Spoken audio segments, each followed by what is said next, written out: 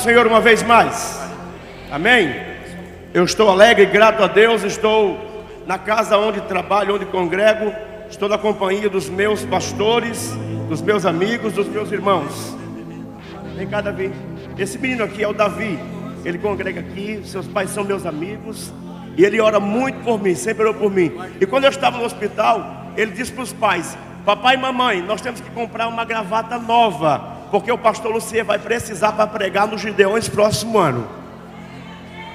Ele é lindo aqui, mas eu trouxe ele aqui para dizer que o lugar dele é ao lado dos pais. Ele vai voltar para o lado dos pais, vai crescer, vai estudar, vai se consagrar, porque púlpito não é lugar de menino.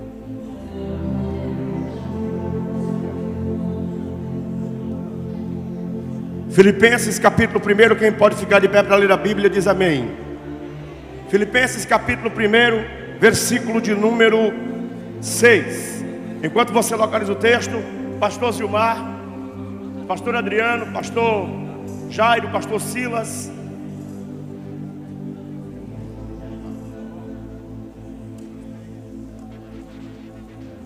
Aleluia. Liga o microfone do pastor. Pastor Zilmar. Amém. Amém. Pastor Zilmar, pastor Inês, pastor Jairo, pastor Silas, pastor Adriano, pastor Sérgio Travasso, pastor, todos os pastores amigos que estão aqui, pastor Anderson Predes.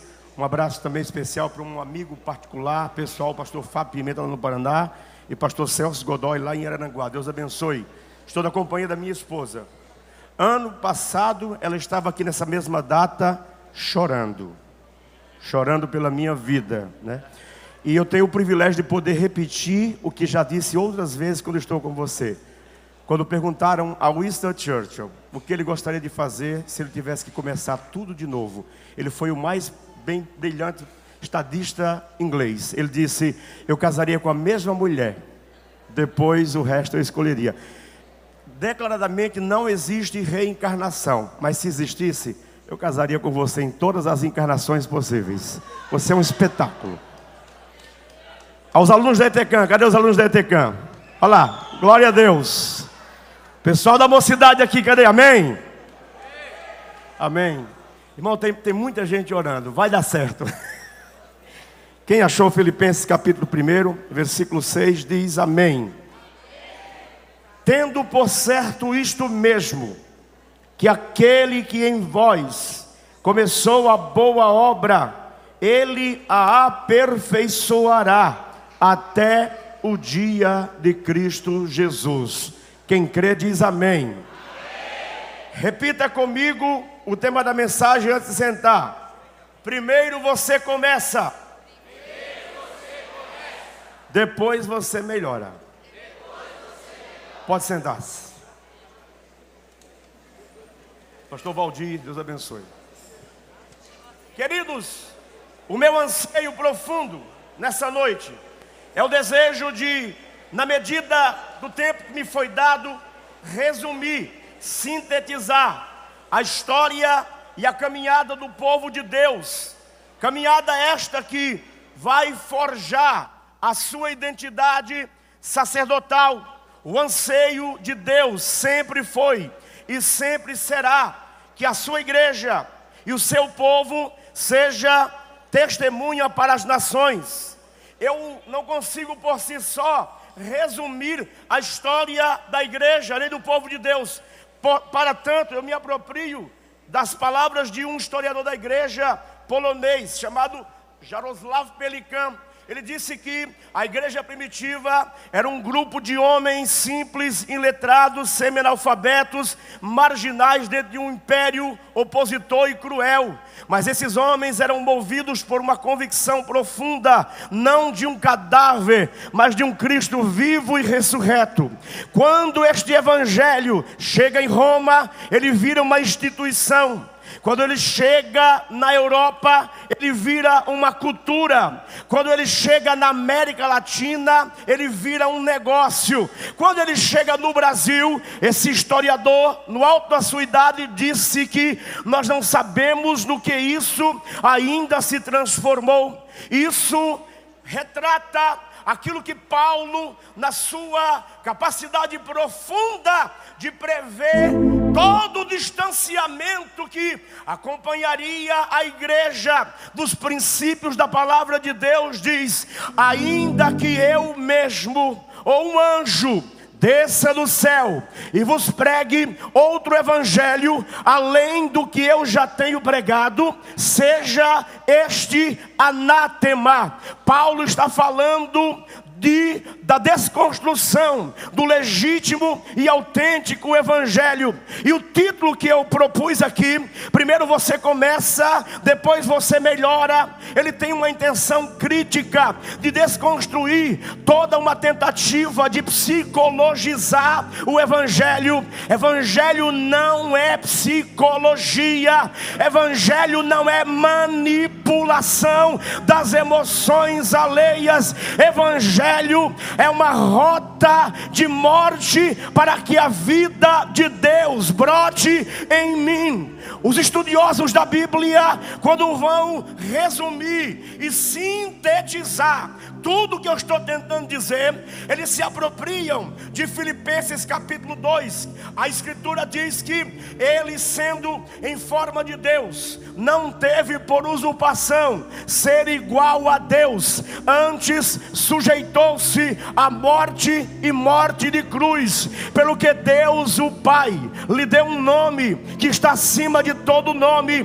para que diante do seu nome todo joelho se dobre e toda língua confesse para a glória de Deus. Eu já estive nas águas caudalosas do Amazonas, mas nunca vi um amazonense dizer: em nome de Ara, águas parem. Eu já estive embarcado, mas eu nunca vi nenhum marinheiro dizer: em nome de Iemanjá, mar, acalma-te. Mas a Bíblia diz em Marcos 4:35 que Jesus estava dormindo no meio de uma tempestade. Para o desespero dos discípulos, a Bíblia diz que eles o acordaram. Ele, pondo-se em pé, disse: mar, aquieta-te, vento, se acalma. O universo só conhece um Criador, o resto é invenção do coração humano.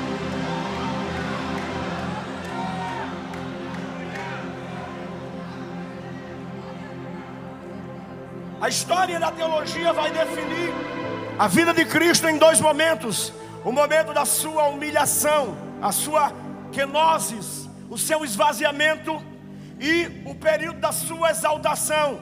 Quando eu digo, primeiro você começa, depois você melhora, eu não estou falando sobre você, eu estou falando sobre o que Deus lhe chamou para ser nele. Porque no mundo grego havia uma expressão usada por todo o grego. O grego levantava-se de manhã, batia no peito e dizia: eu posso, eu posso, eu posso. Mas Paulo ressignifica toda a cultura grega e diz: eu posso tudo naquele que me fortalece. Não é sobre nós, é sobre Cristo.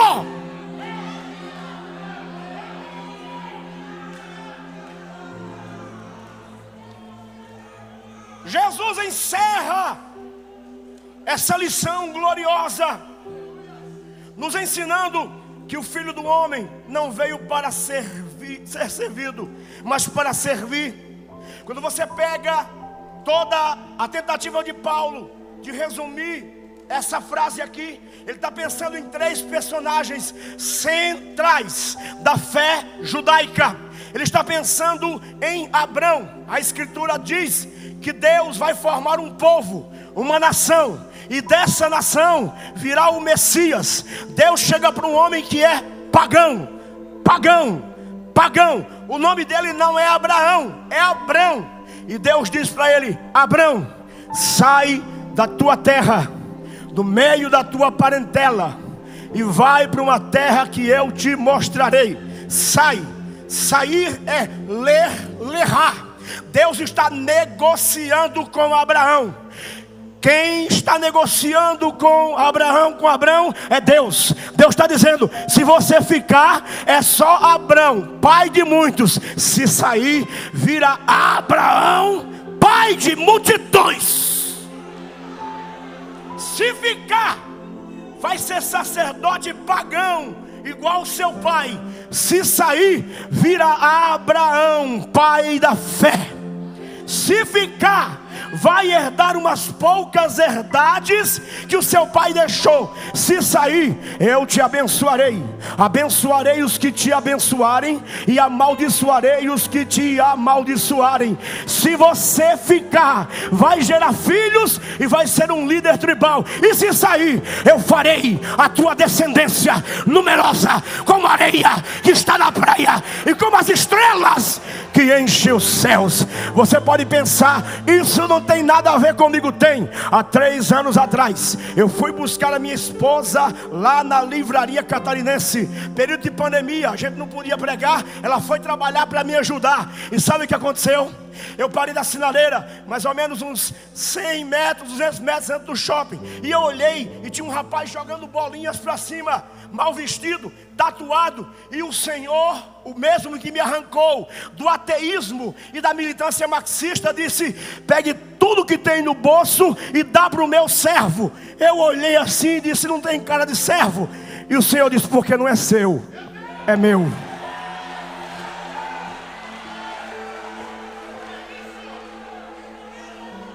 Eu tinha R$14,60.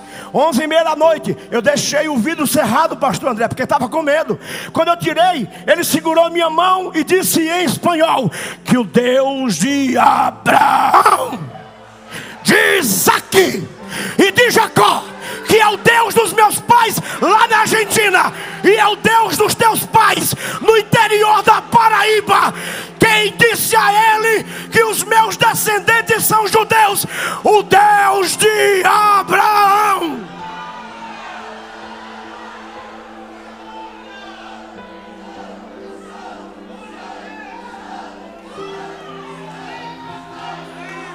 Gabara Katurivel sai. Garra Chevo Sademandara. Ebara Kawasai. Eu não vim aqui atrapalhar Deus, eu vim pregar. Mas se não puder pregar, Ele já está presente. Ele é o Verbo encarnado. Ele é a melhor pregação.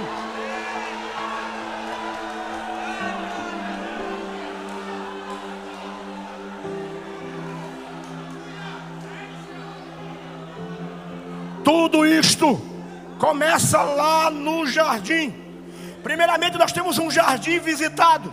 Depois nós temos um jardim vetado. Adão e Eva são expulsos do Éden. Romanos capítulo 3, versículo 23. E todos pecaram e destituídos estão da glória de Deus. Sabe o que é bom sobre o Evangelho? É que a lei, ela é capaz de punir o melhor dos homens, e a graça resgata e salva o pior dos pecadores. Por causa da graça que ressuscitou e está viva, eu evoco aqui a palavra do pastor Josemar Bessa. Ele não me conhece, mas eu admiro ele. Ele disse: em Adão a gente nasceu morto, mas em Cristo a gente vai morrer vivo, vivo, vivo, vivo, vivo.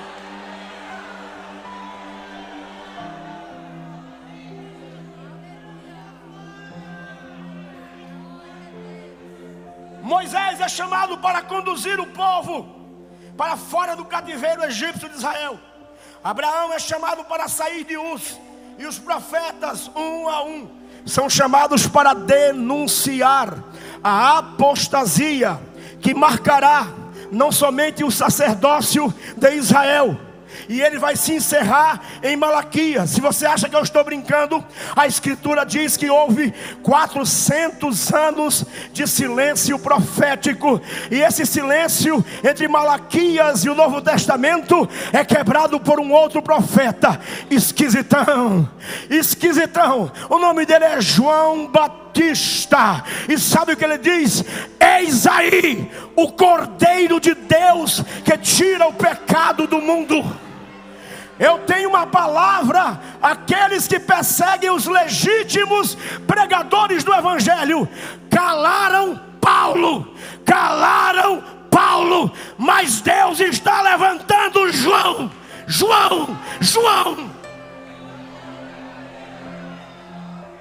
Escute, o Novo Testamento ele é marcado literalmente por a quebra desse silêncio profético, porque João Batista, quando Malaquias encerra a sua profecia, ele diz: nos últimos dias o Espírito de Deus reunirá e melhorará o relacionamento dos filhos com os pais, e o Espírito de Elias estará sobre ele. João prega na mesma tônica. João tem o mesmo estilo de Elias. Ele entra em crise lá no Carmelo. A Bíblia diz que ele, após ouvir uma notícia de Jezabel: assim como você fez com os meus profetas, assim eu farei. E ele foge, e dentro daquela caverna ele está buscando escapar pela própria vida. A Bíblia diz que Deus vai ao encontro dele. Ele está acostumado a ver a terra tremer, está acostumado a ver relâmpagos, raios e trovões.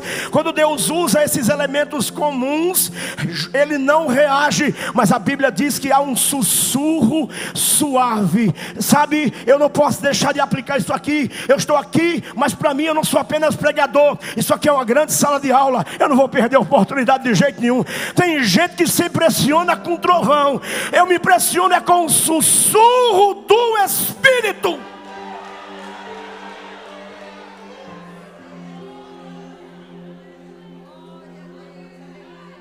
João Batista introduz Cristo no reino. E a Bíblia vai nos ensinar que a vida cristã, ela é feita de retrocessos, de avanços. Ninguém é perfeito, ninguém consegue atingir níveis de excelência. Todos nós temos nossos dias maus. Quem aqui já não viveu uma crise vocacional? Eu vivi. Um dia eu fui pregar no São Vicente, aqui em Itajaí, pastor. E sabe o que eu fiz? Eu tomei uma decisão no coração. Eu sou nordestino. Quando eu coloco uma coisa no coração, só Deus tira. Eu decidi, pastor Silas, que com a oferta daquele culto, eu iria queimar a minha biblioteca. Eu tenho uma biblioteca de uns 5.000 livros. Eu vou queimar, porque eu estudo, leio, e parece que as pessoas não querem saber disso, não querem ouvir isso. E eu decidi. Quando terminei de pregar, uma irmã chegou para mim e disse: me preste sua Bíblia. Eu emprestei. Achei estranho. Ela foi até o final do culto, voltou. Olha, se eu sou médica, aqui dentro tem R$630 de oferta. E Deus mandou te dizer que não é para queimar os livros, é para comprar mais. Não é porque não está dando certo do jeito que você quer, não significa que Deus não está contigo. Deus não mede o nosso crescimento, nem a nossa excelência por aceitação, nem por aprovação. Tem gente que está na boca de todo mundo, mas não está no coração de Deus. Tem gente que ninguém sabe o nome, é um Zé da vida, mas ele está dentro daquela categoria esquisita de Deus. Qual é? E ele escolheu as coisas loucas do mundo para confundir as sábias, e escolheu as coisas fracas, pastor Davis, para confundir as fortes, pastor Edmilton. Ele escolheu as coisas desprezíveis e as que não são, para reduzir a nada as que são, para que quando ele agir, ele está agindo, toda boca diga: porque dele, por ele, para ele são todas as coisas. Ó profundidade, tanto da sabedoria quanto do conhecimento de Deus. Quão insondáveis são, Senhor, os teus caminhos. Eu quero correr. Jesus será o modelo permanente para todas as questões que virão depois dele: humilhação e exaltação. Olha aqui para mim, tem gente que chega para mim e diz: pastor, eu quero ministério, mas eu não quero sofrer. Então eu digo para ele: vá ser budista. Deus teve um único filho sem pecado, nenhum sem sofrimento, Pastor, é que eu não quero arranhar a lataria. As pessoas são duras e cruéis. Quando colocaram em dúvida o ministério apostólico de Paulo, por uma questão estética, porque Paulo era feio, esquisito, e era pesado de fala, era potente na escrita. Sabe o que ele apelou? Ele não apelou à autoridade apostólica. Ele disse: eu sou apóstolo. Ele disse: não, desde agora ninguém fique no meu caminho, porque eu trago nessa lataria amassada, judiada pelos judaizantes e pelos inimigos da cruz de Cristo, eu carrego neste corpo as marcas de Cristo. Marca de Cristo é credencial apostólica. Mas eu preciso caminhar, eu preciso correr. Eu quero chegar à igreja de Corinto, a igreja dos dons e a igreja das doenças. Tudo ali está fora de lugar. Todo mundo tem dom, mas é uma baderna, é uma confusão. Escute uma coisa: o reino de Deus não é um reino de confusão. O reino de Deus é um reino de excelência vocacional. Em Corinto está acontecendo algumas coisas. Aquilo que começa lá no Éden. O diabo, ele é um grande ator. Ele atua através da história para tentar destruir. Quando não destruir, deturpar a obra de Deus. Mas eu tenho uma palavra e eu quero declará-la aqui. Quem recebe, levante a mão.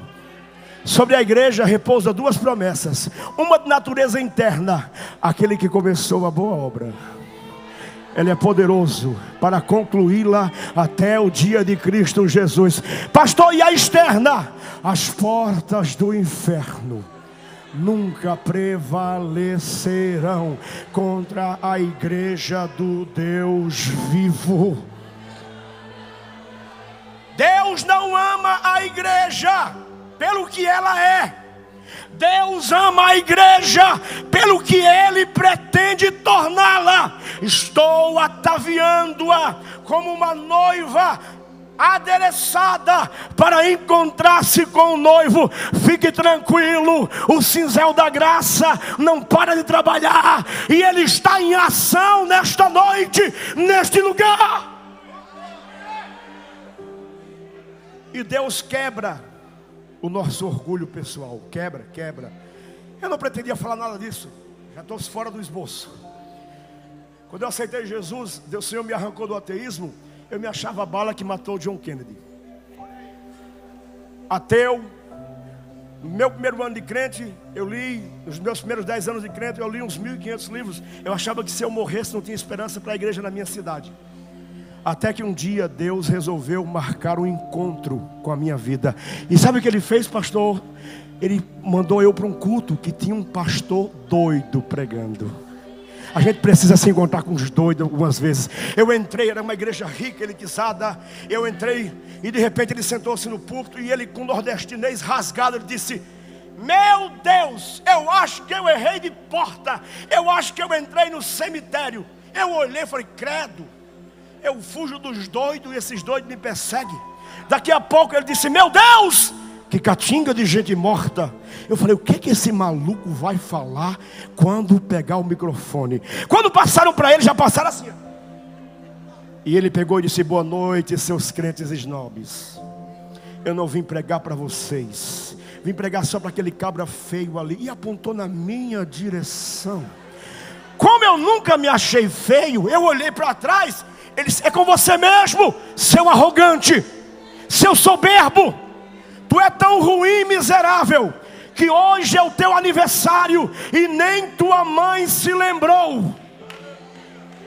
Era o meu aniversário de 24 anos. Mas ele disse: mas assim diz o Senhor, em resposta às orações da tua avó Alzira, eu estou te dando de presente hoje um ministério.